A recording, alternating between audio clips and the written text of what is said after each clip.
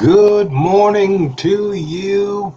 5 o'clock Eastern Standard Time. Brandon Hardison, President Champion Strategies, for another live edition of Hardison'S Tips. Now, we're going to get to it because I know you're trying to get ready and do your thing. So let's unpack it. We're talking about some of the newer ones. So if you're an experienced person, maybe you've heard this already. And if you have, why don't you help us out with some of the newer car salespeople who made this career change? It doesn't matter who you employ, both experienced or inexperienced salespeople. It is a known fact training needs to be done, even if it's on training of the processes that you expect from your store. Amateur salespeople need training more than everyone else. And it would be the same for you if you left this vertical and went to another vertical. You would know what the processes are and you would hope that they would train you on it.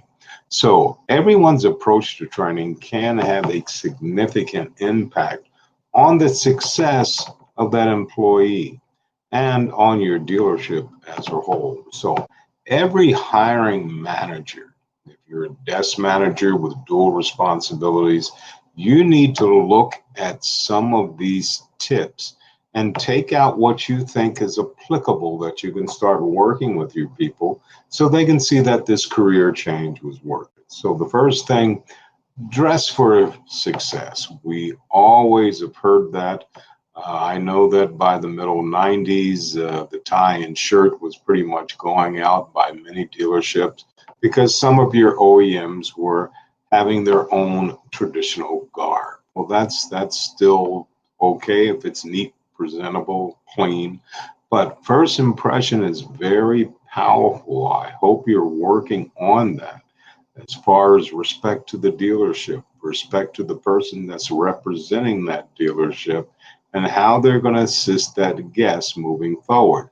But it all starts with them. They have to show the value representing the dealership. So work on that if you can with your new salespeople. I would also suggest memorizing the inventory. Have them do an old traditional lot walk. Do you do lot walks, even with trades that come in? But I'm finding most people are not. So have this new person go out and know exactly what's going on. If you do have a porter or people that keep your lot in check, have them spend some time with them so they know exactly what it is, but they'll learn where vehicles can be located in a quick moment. You may have storage crisis and you may have a supplemental lot somewhere else. Does that salesperson know about the supplemental lot? Are there ways that you keep sheets, or can they look in their CRM tools or on your website and know exactly about your lot setup and your inventory? The third tip I would simply say with someone brand new, CRM. I don't know what vendor you're using, but many of them have live trainers. Some of them it's done on this box here with that. But are they comfortable not just with the basics, but we've been paying CRM vendors for decades and they're training people. You know what they say? We're not even using a third of what this CRM can do because we can't master just the basics. And if you're a desk manager and you look at some of your people notes, you know exactly what I'm talking about. So I would get back to basics and let's get everybody on the CRM the way it should be so it can help everybody's lives out. How about using mobile apps? Are we doing that? CRMs now have mobile apps that can assist time-wise in speeding it through. For example, a driver's license. If we have a CRM app that we can take a license, that information is automatically gone through the system. And people, being desk managers, know exactly what's going on because we have a client in the show room.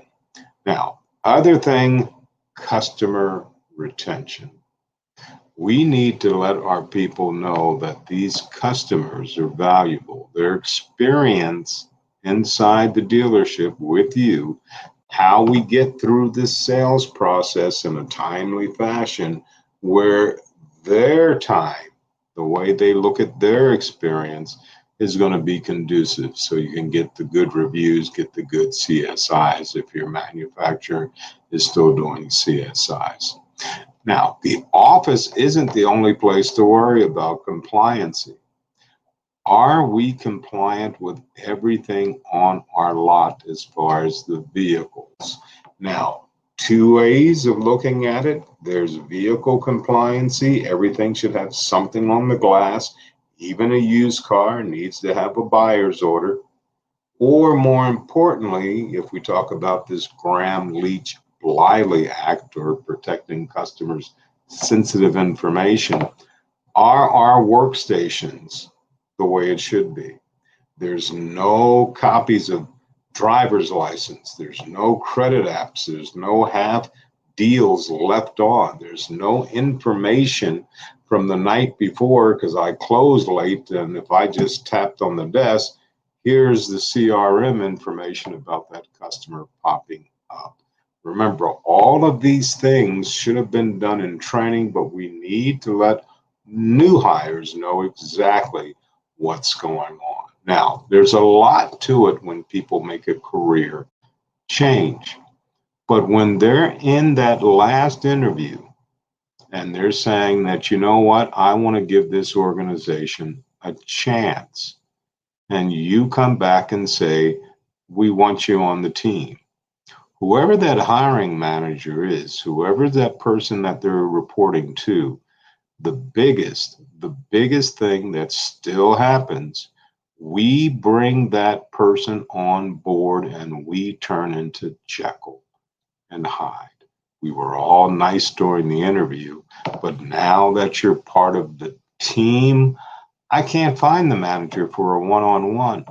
I don't know. Oh, shadow somebody, but that's not getting the questions that I'm looking for answered. So are we spending one-on-one time after their shift, before their shift, to let them know that, hey, I'm here to support you. What do you need? Remember, everybody learns differently, and we talked about it before. When you want somebody to master a process, you, as the leader, you need to demonstrate what you expect them to do on a consistent basis. Now, if some of this makes sense, we'll be back tomorrow with another Hardison'S tip. But just a reminder, at 12 noon today, the 29th, a Wednesday, is my live 12 to 12:20. And today's special guest is the outstanding Corey Mosley. So you don't want to miss out on that. 12 o'clock noon Eastern Standard Time, and we'll be talking to you then.